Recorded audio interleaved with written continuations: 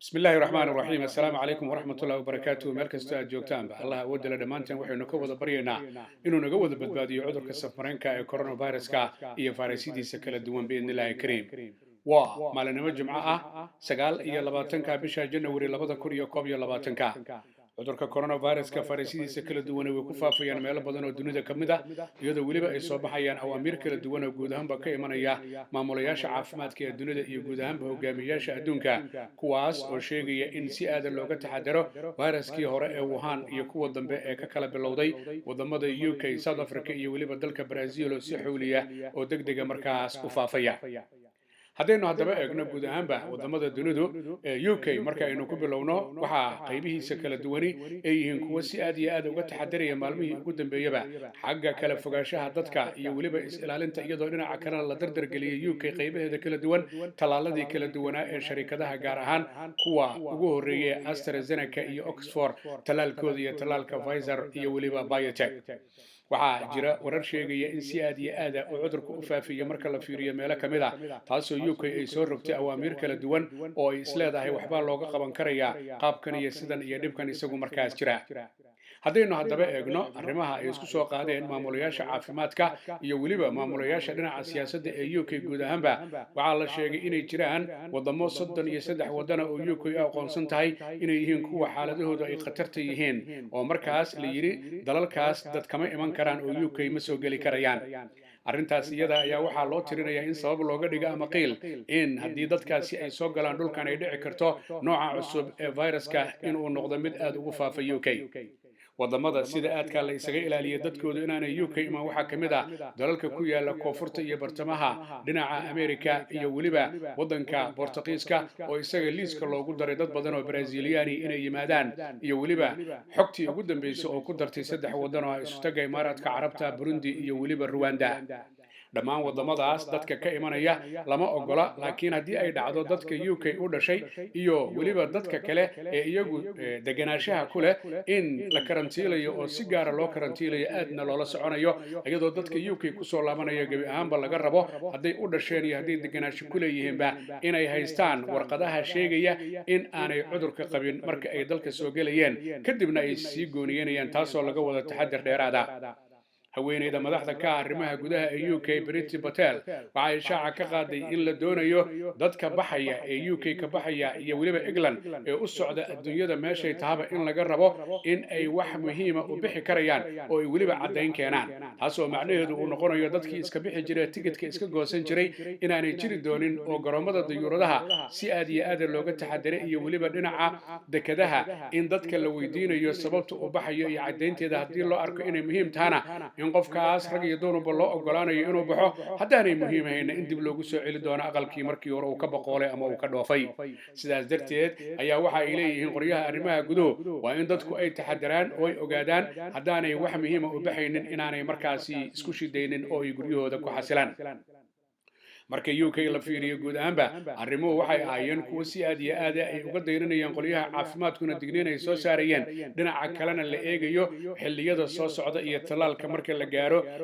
qaabka iyo sida uu ku socdo oo si wanaagsan UK marka la fiiriyo in markaas ay wax isbedeli karaan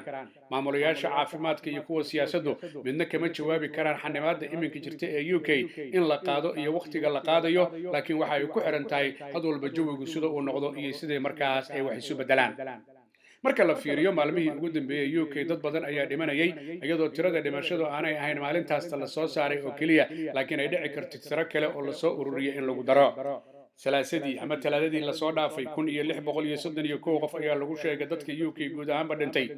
maalintii arbacadii ay xigtay waxaa lagu sheegay 1725 ruux inay dhinteen maalintii khamiistii ee shalay waxaa lagu sheegay tirada dhimashada 1239 marka daba la fiiriyo tirooyinkaasi ma aha maalin walba inta dhimatay inta inay tahay laakiin tiro kale oo ka horeysay ayaa tiradaas ku darsami karta laakiin inta badani waa tirada maalintaas dhimatay marka la fiiriyo guud ahaanba guud ahaan UK maalintii cudurku uu bilowday ilaa maalinka maanta dadka ka dhintay waxay kor u dhaafeen 103,126 ruux waa dalka ugu badan xagga dhimashada wadamada ku yaala xayndaabka qaaradda Yurub waana dalka shanaad UK ee ugu dhimasho badan adduunyada waxaana ka badan oo kaliya dhinaca Mareykanka dhinaca Brazil dhinaca India iyo weliba dhinaca Mexico marka daba la fiiriyo guud ahaanba UK dadaaladaas ayaa jira waase la eegayaa xaaladdu sida ay noqoto iyo arrimuhu siday mar walba isu bedelaan wararkii ugu dambeeyay ka imanaya dhinaca Jarmalka ayaa maamulayaashooda caafimaadku waxa ay sheegeen in shirkadda lagu magacaabo AstraZeneca iyo waliba jaamacadda Oxford talaalka ay soo saareen Jarmalku ay ku sheegeen inuu ku habboon yahay dadka 65 sano ka yar ee dadka ka waaweyn aan uu ku fiicnayn arrintaas ayaa waxa markiiba si degdeg ah uga jawaabay ra'iisul wasaaraha waddanka UK Boris Johnson iyo qoliyaha caafimaadka dhaqaatiir ka tirsan oo ay ka mid yihiin haweeneyda dhakhtarada ee lagu magacaabo Ramsey iyo waliba dhakhtarka kale ee lagu magacaabo Paul oo isaguna sheegay in labaduba ay qirayaan AstraZeneca talaalkeedu inuu yahay iyo waliba jaamacadda Oxford mid ku habboon da' walba haddii ay tahay 65 sano ka yar iyo haddii ay tahay da'da ka weyn intaba arrintaas iyada ah ayaa waxa ay sheegeen dhaqaatiirtu in la eegay oo ay waliba ka xaqiiqsadeen tijaabooyinkii kala duwanaa ee AstraZeneca iyo Oxford ay soo marsiiyeen talaalada kala duwan in markaas la ogaaday in talaalkooda uu ku habboon yahay da' kasta oo cudurkana markaa uu ka difaaci karayo dhakhtarada Ramsey waxa ay sheegtay in waliba dadka cudurrada halista qaba ee 65 ka weyn AstraZeneca talaalkeedu uu yahay mid u wanaagsan iyo jaamacadda Oxford ra'iisul wasaare Boris Johnson oo booqanaya Scotland ayaa waxa uu yiri waa soo dhaweynaya barnaamijka ay soo bandhigeen qoliyaha Jarmalka ee ku saabsan AstraZeneca talaalkeeda laakiin waxa aan qiraynaa oo qoliyaheena caafimaadka iyo qoliyaheena la socodka daawooyinka ee UK ay qirayaan in talaalka AstraZeneca iyo Oxford uu yahay mid la hubiyay oo ku wanaagsan in lagu talaalo dadku da' kasto ay yihiin markaasna uu noqon karo mid wax ka qaban kara guud ahaanba qaybaha kala duwan iyo fayrasyadan oo waliba fayraskii Wuhan uu yahay midka koobaad ee sida aadka diiradda loogu saaray talaalada marka daba la fiiriyo reer Yurub muddooyinkii ugu dambeeyay waxay muran kula jireen AstraZeneca iyo Oxford talaalkooda iyadoo ay sheegeen in ballamadii la galay aanay ka soo bixin walow AstraZeneca talaalkeeda aan laga ogolaanin guud ahaanba reer Yurub iyo hay'adda ugu qaabilsan arrimaha dhinaca daawooyinka oo la filayo maanta oo Jimco ah haddii aysan dhicin in maalmaha xiga loo ogolaan karo AstraZeneca iyo Oxford talaalkooda reer Yurub inay adeegsadaan laakiin arrintan muranka ayaa waxay ahayd in AstraZeneca maamulayaasheedu ay markaa sheegeen in sidii la rabay wax soo saarku aanu ahayn ayna ka cudur daaranayaan oo ay dhici karto reer Yurub waxyaabihii ay ka ballan qaadeen marka la ogolaado in 60% ay dib u dhici karto laakiin ay soo dhameystirayaan AstraZeneca iyo Oxford guud ahaanba talaalka reer Yurub ay ugu talagaleen tan iyo bisha 3 ee Maarch ee sanadkan 2021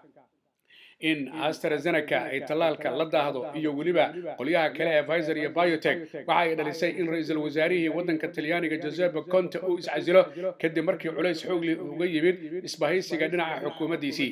arrintaas ayaa waxa Giuseppe Conte intaanu iscasilin uu sheegay inaan la qaadan karin talaalada soo daahaya maadaama ballan la galay taasoo u muuqanaysa buu yiri barnaamijyada dhinaca talaalada ee Talyaanigu inay wax iska bedelaan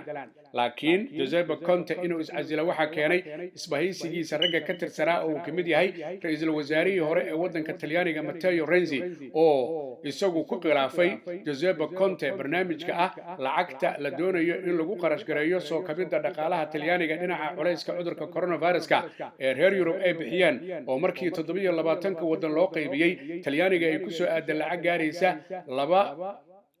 209 bilyan oo euro taas oo ka qayba 750 bilyan oo ay guud ahaanba reer Yurub ay qaybsadeen oo lacagta eurada iyadoo loogu kala badiyay wadamada sida cudurka coronavirus uu saameynta ugu kala yeeshay dabcan Talyaaniguna loo badiyay maadaama uu ahaa waddanka koobaad marka la fiiriyo xagga dhibaatada cudurka coronavirus-ka gaar ahaan mawjadiisii koobaad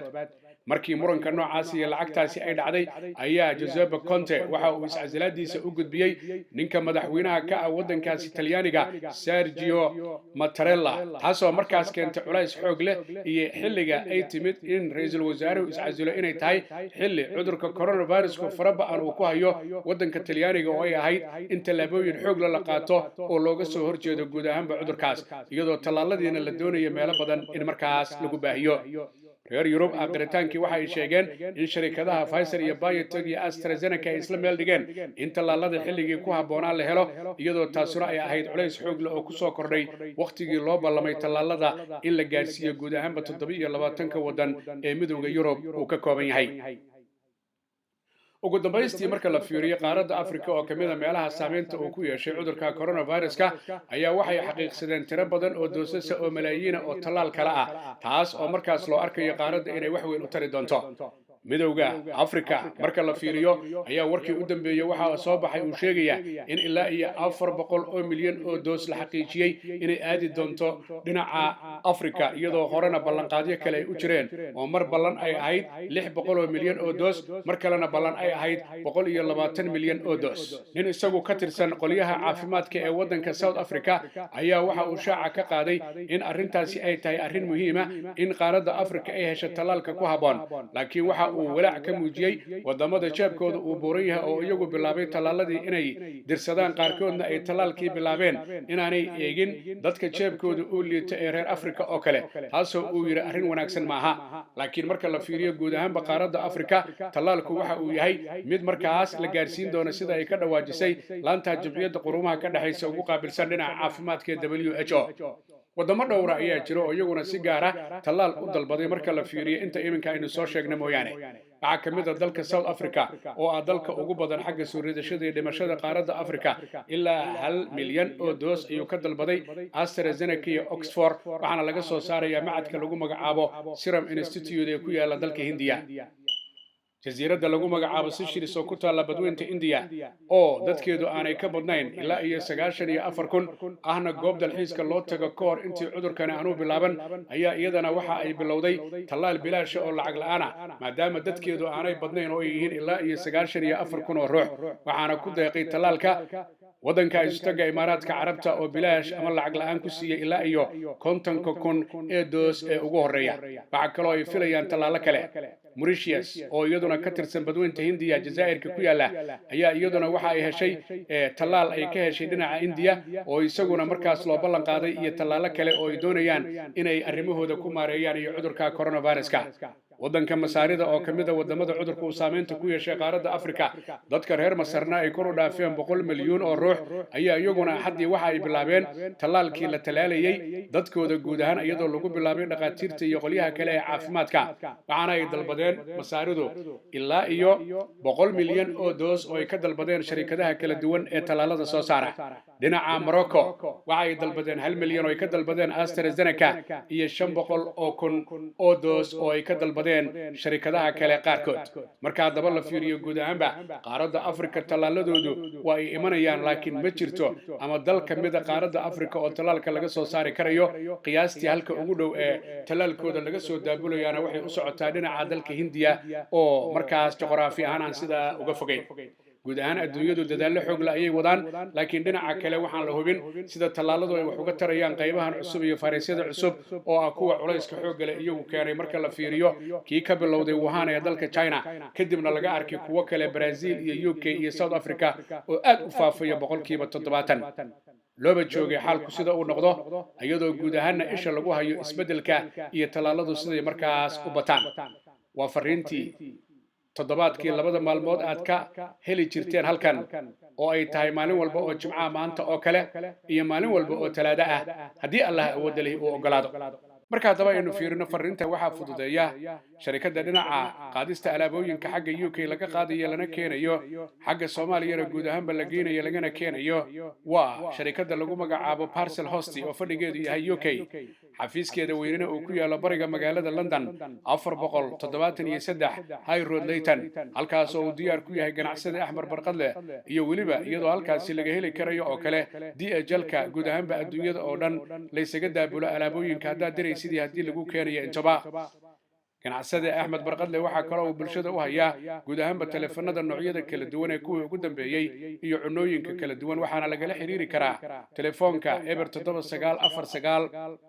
7949512877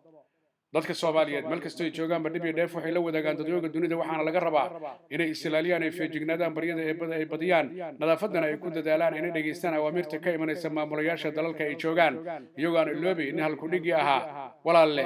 ha ii soo dhowaan yaana kuu soo dhowaan yaana isu soo dhowaan aan kala fogaano baryada aan badina nadaafadana aan ku dadaalno محمد أحمد حاج عقمنيجي بهذا التلفزيون كعالمي يونيفرسال وقابلسن arrimaha ka wacyigelinta bulshada cudurka coronavirus oo idin leh anagoo kariimkeena kaashanayna kaalinteena aan ka qaadano ka hortagga coronavirus ma sha Allah